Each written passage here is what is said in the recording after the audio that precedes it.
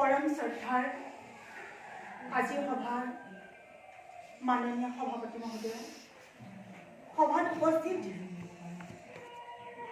মোৰ পিতৃসদৃশ বয়োজ্যেষ্ঠ ব্যক্তিজন তথা বিভিন্ন প্ৰান্তৰ পৰা অহা সন্মানীয় অতিথিবৃন্দ,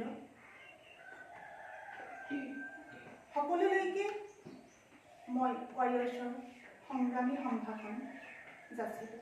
ৱাৰিয়ৰ্ছ এক জাগৰণ নাৰীত্ব, নামেই যাৰ শক্তি। ৱাৰিয়ৰ্ছ মানে যোদ্ধা।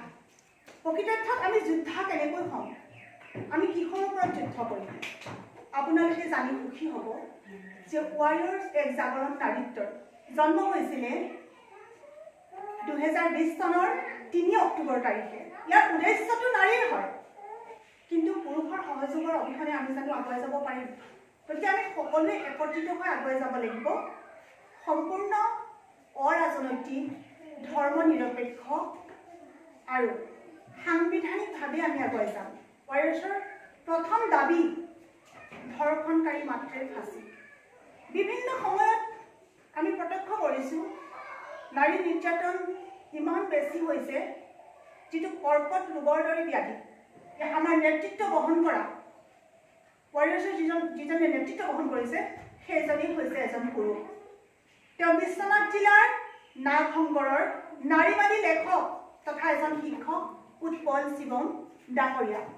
তেখেতলৈ এই আকাশতে এই মজিয়াৰ পৰাই পুনৰবাৰ কৃতজ্ঞতা জ্ঞাপন কৰিছোঁ অন্তৰেৰে। কাৰণ আমাৰ নাৰীসকলৰ কাৰণে আমাৰ এটা প্লেটফৰ্ম নাছিল, আমাক কোনোবাই নেতৃত্ব দিয়া মানুহ নাছিল, যি কাৰণত আমি সুপ্ত হৈ থাকিব লগা হৈছিল। কিন্তু এজন মানুহ ওলাই আহিছে, যিয়ে নেকি কৈছে আহা তোমালোক ওলাই আহা, মই লগত আছোঁ, সন্মুখত মই আছোঁ, তোমালোকে আগুৱাই আহা। গতিকে এনেকুৱা এটা সাহস পাই যদি আমি আগুৱাই নাযাওঁ, ভৱিষ্যত দিনত আমি আৰু এনেকুৱা সুবিধা কেতিয়াও হয়তো নাপাম।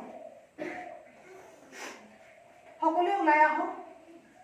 পুৰুষসকল আহিছে, ইয়াতো আহিছে, মই আগত বহুত কেইখন মিটিঙত গৈছোঁ, তাতো আহিছে, খুব ভাল লাগিছে। কাৰণ আমি একত্ৰিত হৈ আগুৱাই গ'লে নিশ্চয় এদিন লক্ষ্যত উপনীত হ'ব পাৰিম।